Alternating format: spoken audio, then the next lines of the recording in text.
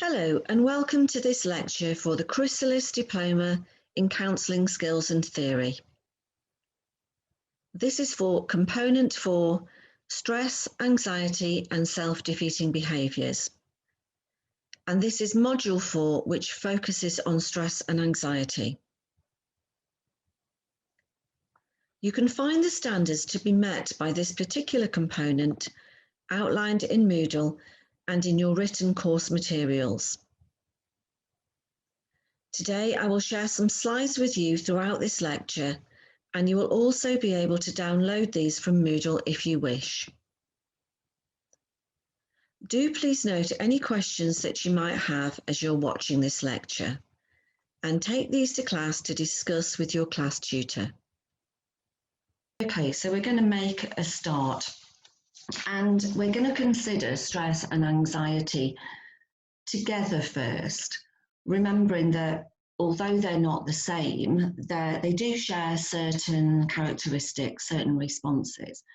So we're going to have a look at the fight or flight response, which is common to both. So when you are in a dangerous situation, the flight or fight response will kick in. And this will cause a number of physiological things to happen in your body, physiological responses. So I'm going to go through these. So there'll be increased respiration, increased heart rate, raised blood pressure, blood channeled to the muscles to enable speed of movement. And when this happens, it means that it's being channeled to the muscles, but it's being channeled away from the digestive tract, which means that less saliva is being produced, and that can lead to that sort of feeling of dry mouth that you sometimes get when you're stressed or anxious. A rise in blood sugar levels, and that gives you more energy. Improvement in your vision and hearing, and also an increased amount of clotting agent in the blood. So if you think about a dangerous situation, so for example, a car speeding towards you, you can see how all of these responses, all of these physiological responses, which go hand in hand with a lot of chemical and hormonal activity as well, all of these responses are going to increase your chances of survival. So this fight or flight response really is an evolutionary response that's helped keep us safe. And it's worth talking to your volunteers about this, because often we think of all of these physiological responses that cause unpleasant symptoms in a body as being something really negative, but actually your body's fantastic. Your body is trying to keep you safe. The problem is that sometimes we get a bit muddled up about what's dangerous and what's not dangerous, and we'll talk about that a little bit later. So we're going to have a look at some of the symptoms that we get when we're feeling really stressed or anxious. And we'll go through these, but let's have a look first at the physical symptoms. So these can include any number of these, not all of these for every person, but any number of these. So headaches, teeth grinding, aching jaw, muscle spasms, aches in shoulders, neck and back, gum disease, skin conditions, dry mouth. We talked about that a little bit when we talked about the blood being channeled away from the digestive tract, palpitations, colds, hands and feet, digestive upsets, nausea, ulcers, indigestion and crying. And along with those physical symptoms comes a whole lot of behavioural symptoms as well. So pacing and fidgeting, nervous behaviours like tics, like hand wringing, like fiddling, rushing constantly, talking really quickly, hyperventilation, inability to relax, feeling tired all the time, having sort of sleep disturbances, which will have a knock-on effect, obviously, on things like your ability to concentrate, your ability to function, indecisiveness, increased dependence on smoking and alcohol, because people often use things like smoking and alcohol as a coping mechanism, which then really is a self-defeating behaviour and then can become a problem all of its own. Disturbances in your appetite, either eating too much or eating too little, reckless type behaviour, loss of ability at work, sexual dysfunction, and carelessness in terms of things like overspending. And again, going shopping, we often talk about retail therapy, but actually that is one of those, it's one of those self-defeating behaviours again, isn't it? One of those ways that we self-sabotage sometimes, that we use these self-defeating behaviours to try and cope with things, and then they become the issue themselves. So if we ask people to describe how they feel when they're under a lot of stress or anxiety, we hear descriptions such as the following, and I've taken these from your module notes. So, my anxiety is awful, I can't bear it. My heart races and it's as if I can't breathe. I really can't think straight. Sometimes I feel so weak and I feel that I will faint. My mind is all over the place. The worry is unbearable. My mind just feels like it's in overdrive. Everything feels like it's a disaster waiting to happen. My stress is just so bad at the moment. I feel constantly on edge. I can't sleep. I'm probably getting no more than 3 hours sleep a night, and my concentration is really poor. I'm going to the doctors. I'm sure my blood pressure is up, and I just can't switch off my thinking. And people who are really stressed and anxious often say this, actually. We've looked at the physical symptoms, we've looked at the behavioural symptoms, but people will often say that their mind just feels like it's constantly going. So there's that inability to relax, and the way that their mind is constantly overthinking things. It means like you're almost on a treadmill, on a kind of stress-induced treadmill. So we have an emotional response, but we also have that behavioural and physical response with certain symptoms, certain really unpleasant symptoms that go with it. And it's those physiological responses that happen for both stress and anxiety that stimulate these physical symptoms, these behavioural symptoms. But as I said, in evolutionary terms, actually this response is innate and this response is really helpful. And it's a hardwired survivalist mechanism that we all need. And all of these different components of the response are primitive reactions to danger. The problem is, of course, that we need to get out of the way of a speeding car.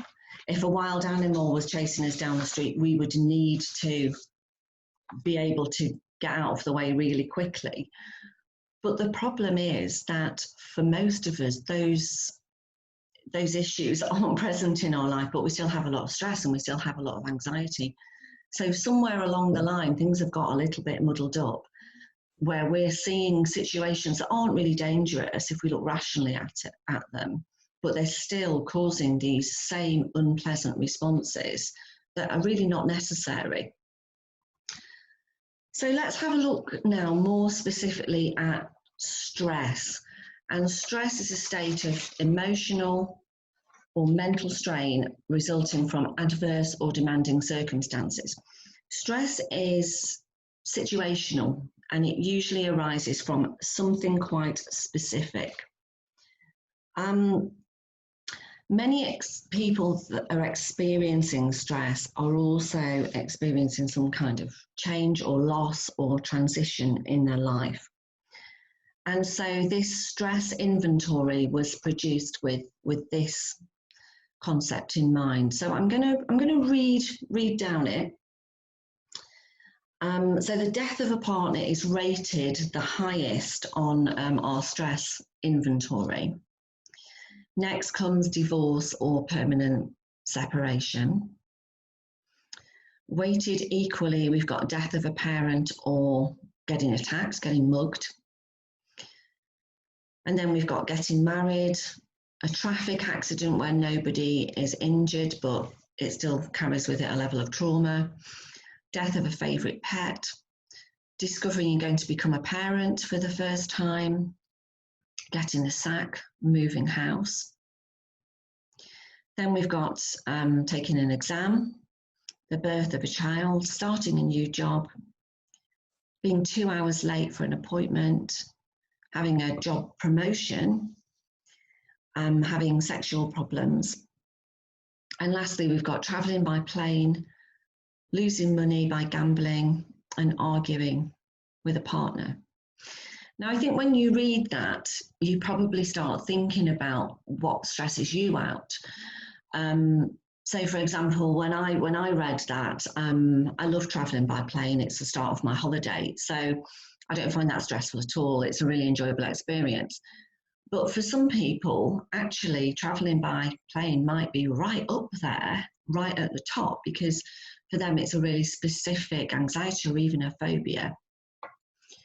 So although this is useful, actually, it doesn't work for everybody. We could probably look at all of these changes and put them in a completely different order for ourselves. But what's also really interesting, I think, when you look at the stress inventory, is that we think of stress in terms of negative events and negative changes. But actually, I mean, I've not done the math, so I don't know if it's 50-50, but a lot of these are positive events. So while some of them are quite obviously very negative, very upsetting and very traumatic, actually the birth of a child is a cause for celebration, generally speaking.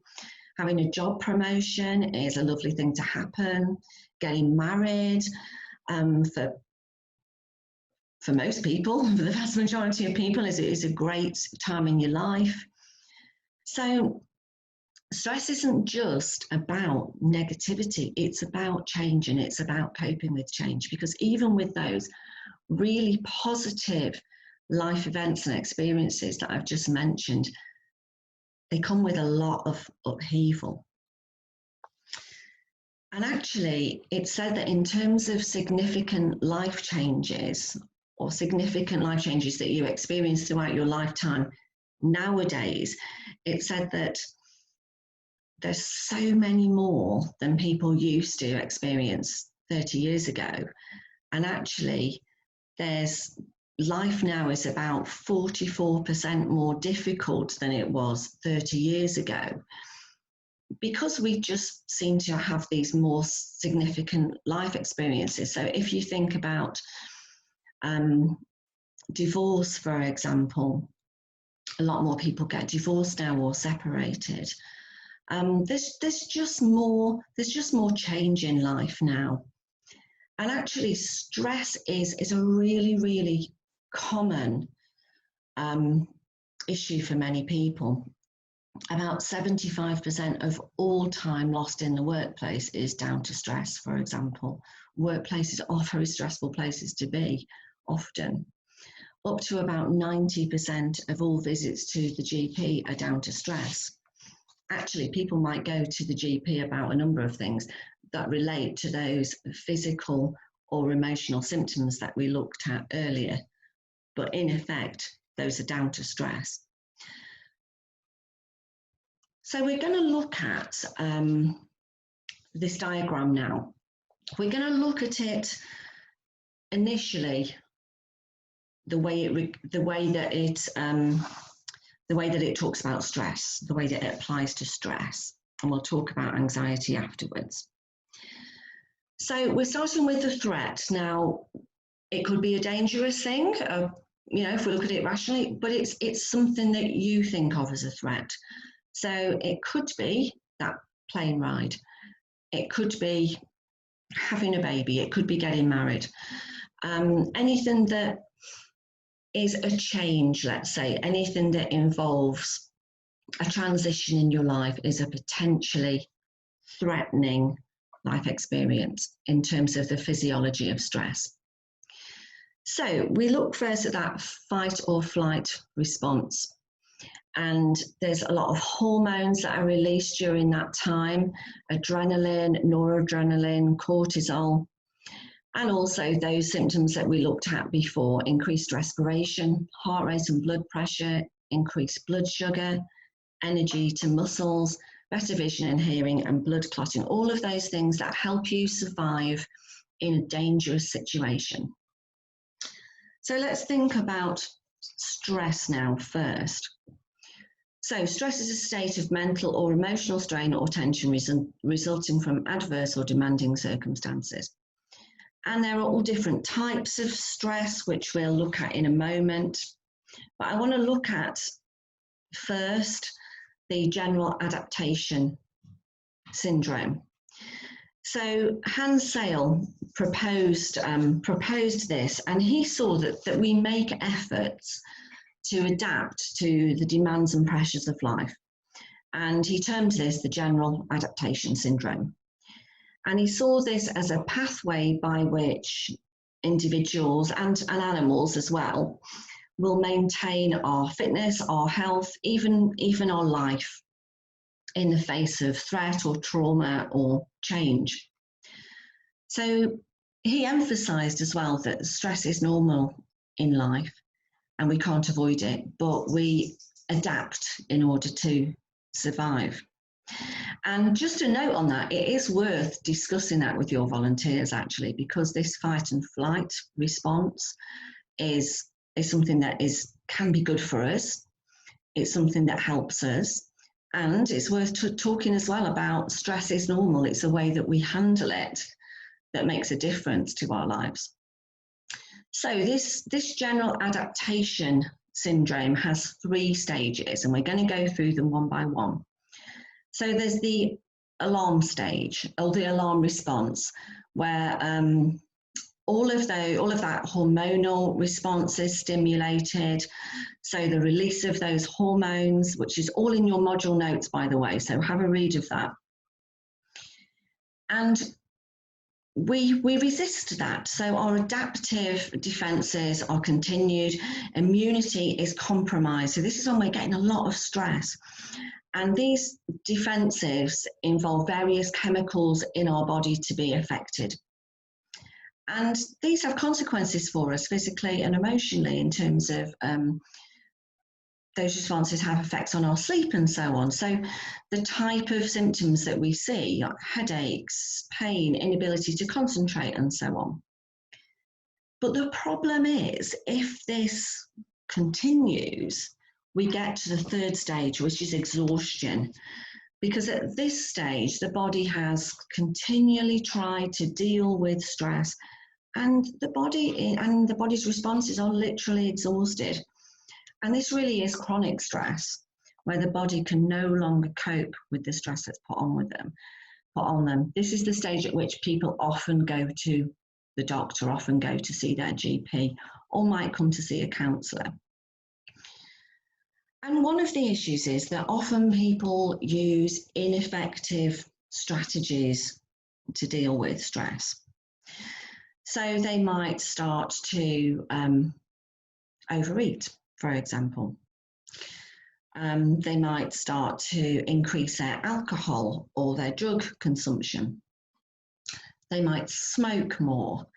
All of these self-defeating behaviours, which actually might feel better in the moment and they might work for a little while, but eventually it's just a way of sabotaging ourselves. And we also resist change sometimes. We don't always face things head on, because when you face things head on, you often find out they're not as dangerous as you feel that they might be. But often we don't do that. We use procrastination, we use avoidance, we use denial. And Hans Sale recognises that what we personally feel about an event as well will make a huge difference how we respond to it. So sometimes a very small thing can elicit a huge emotional reaction. But that often happens when we're under lots of external pressure. So those other things around us in our lives make a difference to how we react to certain changes and how we deal with major life events. So there are different types of there are different types of stress as well. There's environmental stress, illness-related stress, emotional stress, overdrive, hormonal and allergic stress. So I'm going to go through these. So environmental stress, these are things that affect our internal balance. So we're talking about extremes of temperature. We're talking about toxins such as alcohol, such as tobacco, such as caffeine even, such as sugar. All of those things that, well, some of those we put into our body ourselves, but some of them that are the environment around us, the environment in which we live. There's emotional stress. So emotional stress will be interpersonal conflict, stress that we suffer from the relationships that we're in. Illness related, so it might be illness of yourself, which is going to push your body to the limit. It might compromise your immunity, or it might be that might be related to emotional as well, because you might be worried about somebody else. Let's have a look what else we've got here. So we've got overdrive as well, or that kind of push, shove, I think it's referred to in your module notes.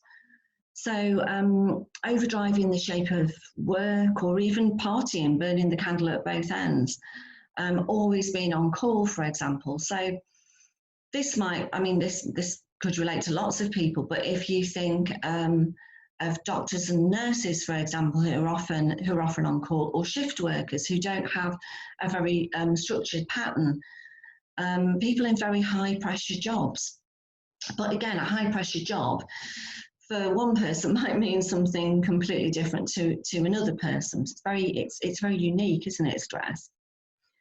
Hormonal. So hormonal stress refers to the changes that we experience throughout our life in terms of hormonal changes. So puberty, there's a lot of hormonal changes in our body. PMT, pregnancy, menopause, and allergic stress as well, where our body perceives certain allergens as poison and reacts as if it's under threat. So there's lots and lots of different types of stress, lots of different opportunities for stress to get us, I suppose, if you think of it like that. So we're going to look now a little bit more at anxiety, because we've looked at stress, and stress can be very circumstantial, very situational. But now we're looking at anxiety, and anxiety is linked, as we've seen. Some of the responses are very similar, but anxiety is really much more future-facing. And there's a definition on your PowerPoint that I'm going to read out. So it's a feeling of worry, nervousness, or unease about something with an uncertain outcome. So it's all about those negative what ifs. What if this happens? What if that happens? What if the other happens?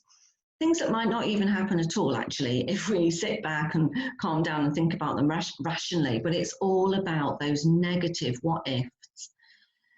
And often people with anxiety really feel a need to control situations.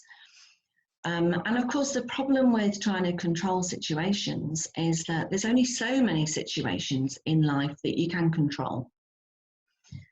When you try and control situations as well, what you're often trying to control is to control other people's response in those situations. And actually, we know that we can control lots of things about ourselves, but really we can persuade or we can control, but we can't really control anybody else.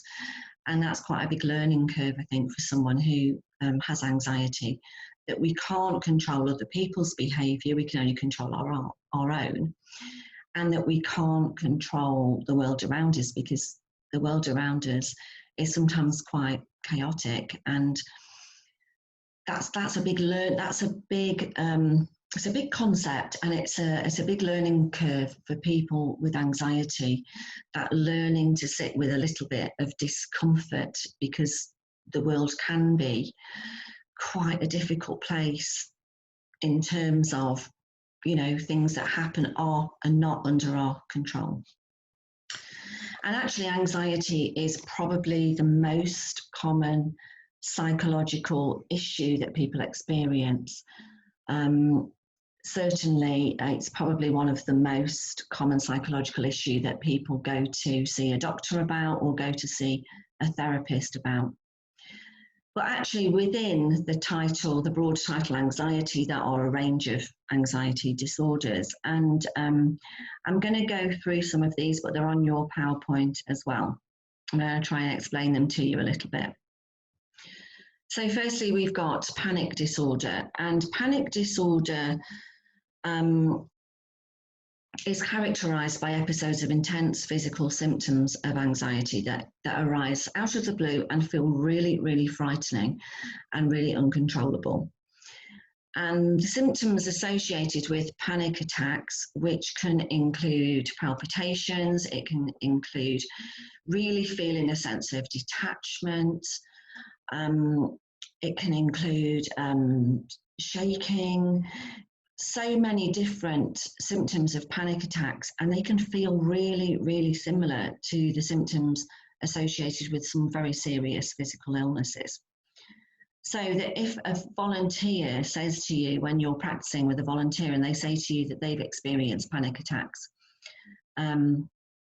regularly, you really need to say to them, go and see a doctor, just to rule out any physical illnesses. Because you can't assume, for example, that if someone's having a racing heart, that someone is necessarily having a panic attack. So you need to be an ethical practitioner and ask them to go and see their doctor.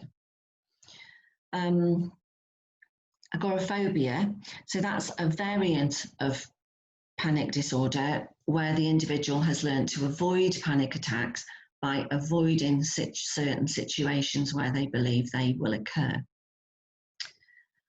Phobias, specific phobias. So phobias are really strong and persistent and irrational fears triggered by specific objects or situations, such as animals, for example, vomit, emetophobia is quite common, blood, needles, all of those sorts of things, plane travel.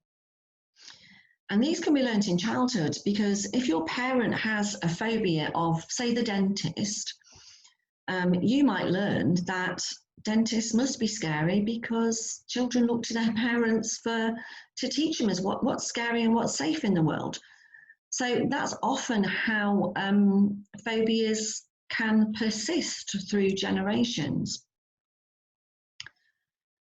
And I think you will have learned more about phobias last year as well if you did the hypnotherapy year 1 course. The next one we have is social anxiety, or sometimes we call that social phobia. So this is when an individual really fears negative judgment by other people. And that is linked to a real fear of, or a real sense of unworthiness, a real low self-esteem. And they might lack confidence in their own ability to make conversation with people. They don't see themselves as social beings. So, and often what people do, as we say, is they avoid social situations. And that just adds to the fear, because when you avoid something, the object of your fear becomes so much bigger.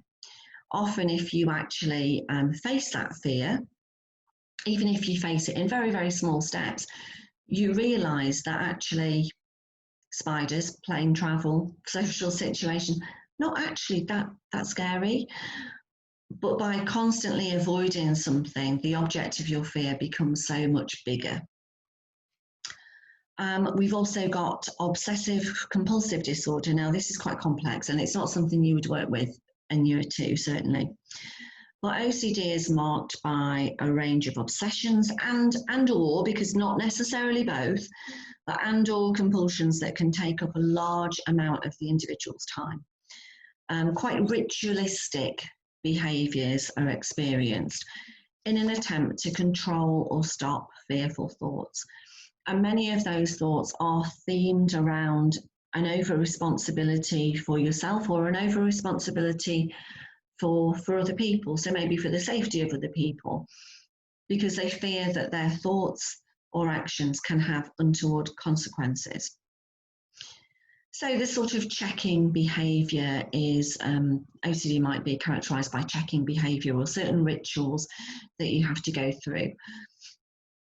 Post-traumatic stress disorder, and again, this is another disorder that you wouldn't work with in year 2. It's very complex. But this is characterised by really intense anxiety symptoms, including flashbacks. It could include panic attacks as well, after experiencing a very traumatic event or period of events. And this can happen immediately after the event, or it can happen actually long after the event, many years later. So people don't always connect it initially. But you've got to remember as well that what is a traumatic event or episode to one person may not affect another person in the same way. So when we talk about traumatic events, we often think of wars, we often think of situations like personal attacks or rape, and those are certainly very traumatic events. But actually, other people might have PTSD over something that sounds much smaller than that in terms of severity, but it was very traumatic to them. So you have to take in those unique personal differences when you're thinking about PTSD. GAD, now that stands for Generalized Anxiety Disorder, and this is characterized by worry. But it's more than just worry. It's more, because we all feel worried sometimes, don't we? But we're talking about worrying about everyday events, worrying about the possibilities, those negative what-ifs of everyday events. But that worry feeling is not from time to time, like we all do. It's persistent, it's severe, it's taking over your life, and it really is out of control. You can't just distract yourself from it. You can't just go and do something else. So it's that persistent overthinking, which really is exhausting if you're doing that every day. This needs to be persistent for at least 6 months. It needs to be a very regular feature in your life for at least 6 months for GAD to be diagnosed. And remember, we don't diagnose as therapists. So that's for a medical professional to do. We can work with people who have GAD, of course, as therapists, but we can't diagnose that disorder. And the last one is about hypochondriosis. And this is an interpretation of bodily signs as indicators of serious indicators. So when we think of someone who's a hypochondriac, we're thinking of somebody who's checking all the time, maybe Googling symptoms all the time, maybe looking at themselves to see if they've got those symptoms, asking for reassurance constantly checking, constantly asking for reassurance. Anxiety is a really, really exhausting disorder to have, and there's no doubt about it. Stress is too. The difference is that stress is quite situational. It relates to a specific change. It relates to a specific job situation. It relates to a specific relationship. There's something that you can kind of link it back to. Although chronic stress can be a little bit different because your body is so used to being stressed, it can feel stressed all the time.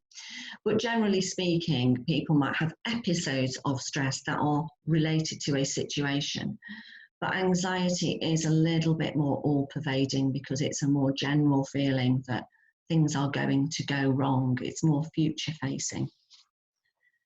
And of course, all anxiety is on a scale. It's all on a scale of severity. So we all face some anxiety from time to time. But those probably aren't the sort of volunteers or clients that we'll see. We're going to be seeing people whose life has been taken over a little bit by anxiety. So we're going to look at the different therapeutic approaches now to stress and anxiety.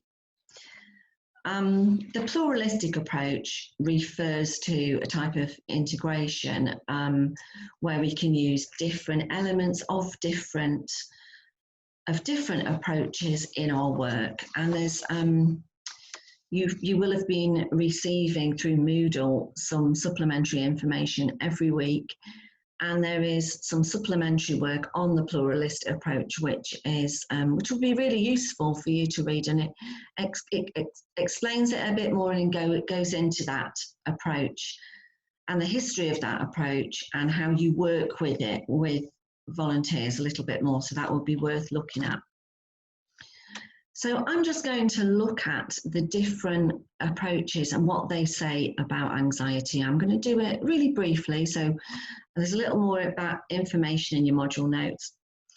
So the humanistic approach would consider anxiety to be, and stress to be, related to an incongruence between your self-structure and the experiences that you're having. So, for example, this approach might say that you're experiencing anxiety if you're living, or it might explain the anxiety that you're feeling if you're living in a situation which really doesn't reflect who you believe you genuinely are. So there might be an incongruence between who you are, what you see yourself as, what you want to be in life, and you having different life experiences. There might be a little bit of conflict there, an incongruence. And that's how the humanistic approach would look at stress and anxiety.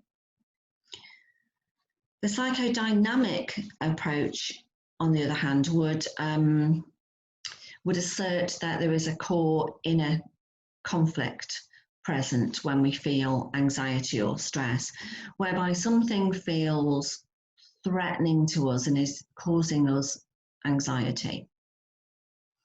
But we're going to look a little bit more at the CBT approach to stress and anxiety, because the CBT approach to stress and anxiety is all about the way we perceive certain events.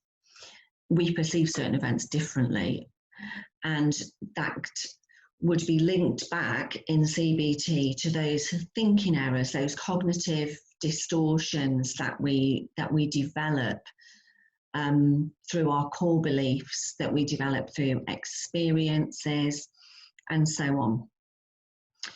But the reason that the core conditions is there in this diagram as well is that the core conditions underpins all of this, because what is the foundation of all the work that we do with volunteers, whether we use a humanistic approach, a psychodynamic approach, whether we use a cognitive behavioural approach, or whether we blend all these and combine all these and tailor them for our volunteers. Underpinning all of this is the therapeutic relationship. So we're still working on the rapport between ourselves and our volunteers, still developing the relationship through the use of empathy, through the use of unconditional positive regard and respect and non-judgment, still actively listening to our volunteers and our clients. Okay, so we're going to have a look at the Diathesis stress model, or the dual risk model. So this model proposes that there is an environmental element to stress, and that some people have a predisposition to stress. And if you think about now people that you know, people in your family or your group of friends or your peer group, your study group, and think about the way that they approach different aspects of their life. Maybe they've had similar experiences to you sometimes, but you've approached it in a completely different way. Think about people, for example, who absolutely thrive on what for you would feel like an inordinate amount of stress that you would find really intolerable. Or maybe it's the other way around. So just have a think about the way that people react to potentially stressful situations, the way that some people, or the scale of anxiety that we talked about, and where you are and where other people are. And just, you know, we can really reflect on the CBT approach when we do that, because we can see how it works for different people. So I'm going to give you an example of an event and how it might affect somebody. So, for example, giving a wedding speech. So if you are stressing about that wedding speech, and you think it's got to be perfect, remember those thought distortions where we think everything has to be perfect, and if it's not perfect, there's something wrong with us. It's got to be perfect. It must be the best speech ever, because otherwise I'm going to let people down. And actually, I just can't do this. If you start thinking in terms of perfection, everything's got to be perfect. Well, you probably can't do it, can you? Because nothing is perfect. So you're starting to think now, so this is the event, but things that have happened in your life previously have led you to approach these things with a sort of feeling of, it's got to be perfect or it's not going to be good enough. I'm not good enough because I can't make it perfect. I can't do this. I don't even know why they asked me, because other people are doing it better than me. And you start to spiral with your emotions, thinking that you're inadequate because you're not going to be able to do it. You feel really insecure about yourself, really worried, really anxious. And the outcome of that is you're going to not be sleeping for the night before, or maybe several nights before this speech. You're going to worry about it. You're going to be irritable. You're not going to be able to focus properly on preparing for your speech. And if you take that to this extreme, you might be ill on that day, and you might not even do it. So this is how, you know, this is how CBT would explain the stress and anxiety you feel about this wedding speech. So we already know from learning a little bit about CBT that it's quite a practical, solution-focused kind of therapy. So if this was a situation that one of your volunteers brought to you, you could, you know, do your thought record sheets, you could do all of your Socratic questions, which we're going to go over at the end, by the way, so that you've got some idea about the sorts of questions to use with volunteers. But also, this approach, more than other approaches, sets very specific goals. We always have a goal for therapy, don't we? But there might be, in CBT, there might be very, very specific goals set. And these goals might even be weekly goals or tasks that are working towards these weekly goals. But CBT also recognises that maybe a goal that you set yourself is actually huge and it's overwhelming for you. Maybe not for other people, but for you. So a CBT approach would split that goal that feels at the moment overwhelming, and so the way that you've dealt with it is procrastination and avoidance or denial. So splits that goal up into really small little chunks, so that a task 1 week might be you do the first step of achieving that goal, and the first step is achievable and you can do it, and the achievement makes you feel really good about yourself, so it motivates you to carry on. So that goal needs to be realistic. You need to think about timings and the number of sessions that you've got with volunteers. It needs to be framed in a way that's really helpful. So you know, you're supporting your client to work towards being able to deal with anxiety and stress. You will also need to be thinking about coping strategies for your volunteers as well, to help them along the way. So not just talking about the negatives, but talking about the positive resources they have as well. Okay, so CBT is a collaborative process which expects clients to be really active and to really participate and contribute in their own therapy. So the basic principles of these are outlined on your PowerPoint. So we're helping them understand that it's not the event that is creating the stress or anxiety, it's our perception of the event. And actually, stress or anxiety is the result of thinking errors or cognitive distortions. And those cognitive distortions may fit along these lines. So clients or volunteers may be overestimating the likelihood of an occurrence of that event. So all these negative what ifs, if you actually strip that back and say, okay, well, how likely is that? What is the most likely outcome when you're talking about this event? What is the most likely thing to happen here? So you're getting your clients, again, to think really rationally rather than jumping to the worst case conclusion. Stress or anxiety may be also due to the fact that clients and volunteers are overestimating the cost of an event, the cost in terms of the human cost, the emotional cost of an event. Because actually, if this event happens, can you cope with it? Chances are, yes, you can. You've probably coped with things like this before.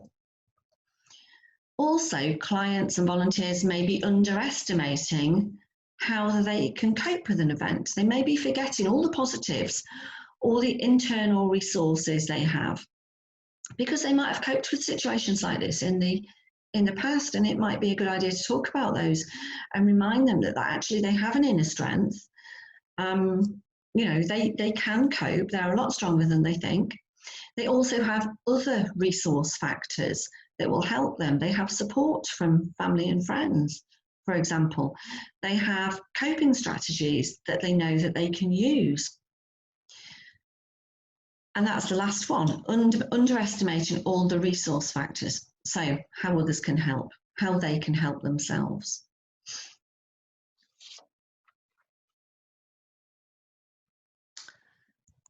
So we're going to come now to assertiveness and the reason we're talking about assertiveness is because people who have anxiety, people who are stressed, are often not great communicators in terms of being able to communicate their own needs to other people.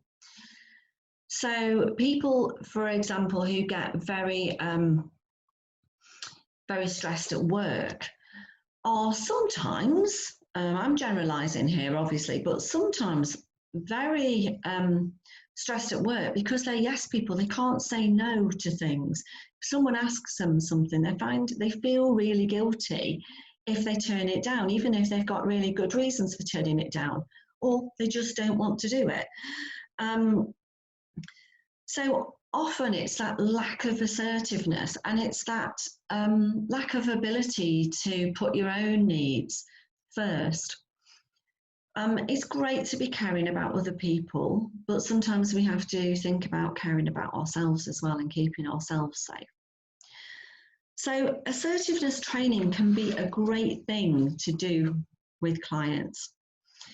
And basically what you're doing is you're showing them a 5-step communication model of how they can start communicating with other people for maybe those difficult conversations where they do feel that they often capitulate and end up doing something they don't really want to do, and it just adds to their stress or anxiety.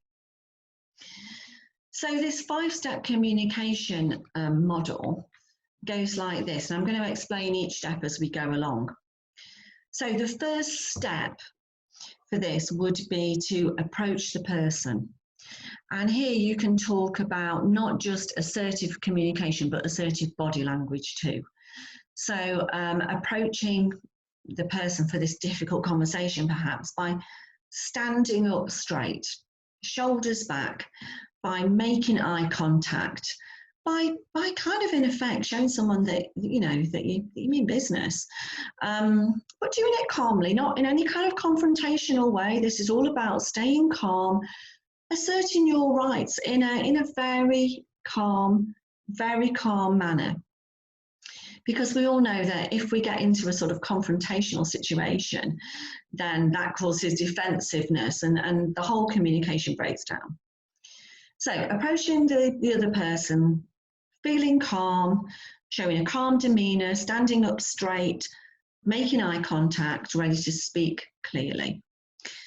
So identifying the problem. So just stating clearly what your point of view is, what you want out of this situation, or stating your opinion, again in a very calm way. But of course, communication is a two-way thing. So if you're expecting other people to listen to you, you have to do the same. So the third step is acknowledging the other viewpoint. So listening carefully to what the other person is saying, acknowledging their right to have an alternative perspective or an alternative opinion. That's absolutely fine, because we're all entitled to that. But then stating your position. Okay, well, I've listened to you, but this is how I feel about it. I know you'd like me to do this, but I don't really want to do that at the moment. Or I completely understand your opinion, but it's not going to change mine. This is my opinion. And use repetition if necessary. If someone isn't listening to you, don't kind of feel, oh, I've tried, but it's no good, they don't listen to me. Actually stating your opinion again, or stating what you need again. And it's about teaching, if you like, in the CBT kind of model, modeling this behavior, showing your clients how to use it.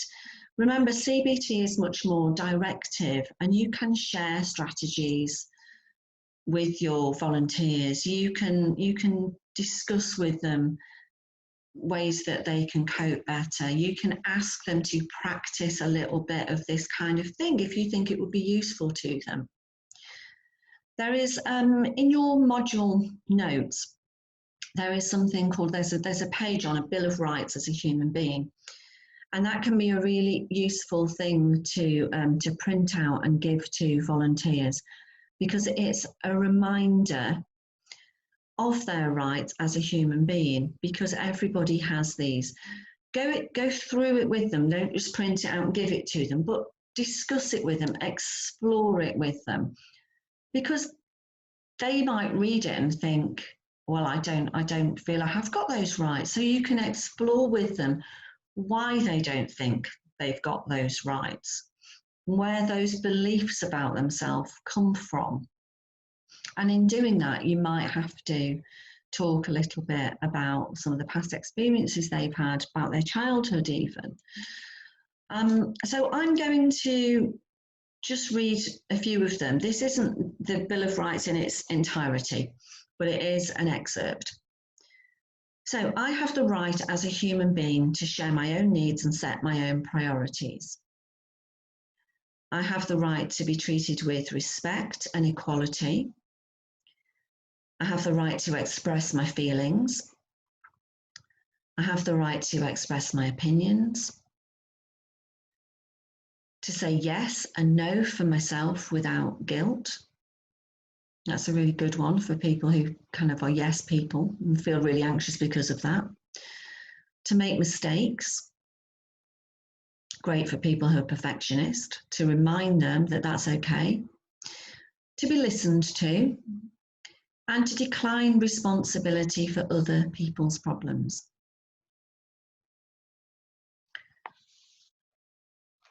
So we're on our last page now, and this is just to remind you about Socratic questions, which are used in the CBT approach.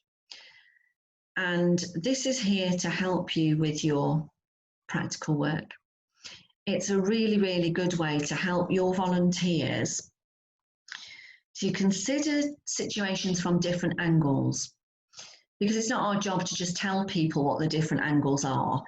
They have to find it out for themselves. They have to believe it for themselves. Otherwise, it's not going to work.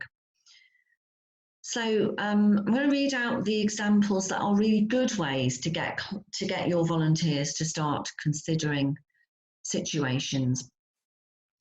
What's the evidence that some particular thing is true? Let's fact check it, in effect. What's the evidence against it being true? What is the worst that could happen if you were to drop that thought? Often anxious clients think that thought is keeping them safe. Actually, that thought is making them feel really bad about things, and it's not really having any effect on whether a situation happens or not. So what's the worst that could happen if you were to drop that thought? What's the best that could happen? Are there other ways of seeing this? What would you say to a friend who's in this same situation? And if it's a different answer than what they do themselves, why is that different? Why is it a different situation when your friend is in it than if you're in it? Can you not give that good advice to yourself and become your own best friend? What other ways can you imagine that situation playing out? Now, when you've done your thought record sheets that you would have talked about in your last module, those record sheets really, really show volunteers the link between triggers, situations, thoughts, feelings, and behaviours. So suddenly they can start to see how thoughts affect feelings, affect behaviours. They can start to see the link. So if you start thinking about things differently, that will elicit different thoughts, and that will elicit different behaviours. So you need to go through that process with your volunteers. So those are great questions to use, but these are examples of types of questions to generally avoid. So obviously, we don't want you to be using an interview style where you ask a question and the client thinks they can only speak to answer your question. That's more like an interrogation, isn't it? And you're not going to build that rapport if the client feels they can only speak when you ask them a question, because otherwise you're not going to get any exploration there at all. Questions that direct attention away from the moment. Questions that can upset the power balance of therapy. Questions that are intrusive. Ask yourself when you ask a question, is this going to move therapy on, or am I just curious about this? And if you're just curious about this, then you don't need to ask that question. Questions that are leading or loaded. Questions that you already know the answer, so you're kind of pushing them down a particular line. We don't want to ask those sorts of questions. Questions that sound judgmental. And why questions can sound a little bit judgmental. So if you say, why did you do that? You're implying that was a bad thing to do. So try and kind of couch your questions in a more sort of exploratory sort of way, rather than asking why. So we've come to the end of our class today, and I hope you found it helpful. I suggest you make a list of any questions that have arisen during this class. Just going to stop the share now. So I suggest you make a list of questions that have arisen from this class, because obviously you will be seeing your tutor for those online classes. So I hope you enjoy practicing some of those questions within your study group and having a really good discussion as well about maybe the things that affect you in terms of stress and anxiety. And that's the end of our module. So good luck with that learning, and bye-bye.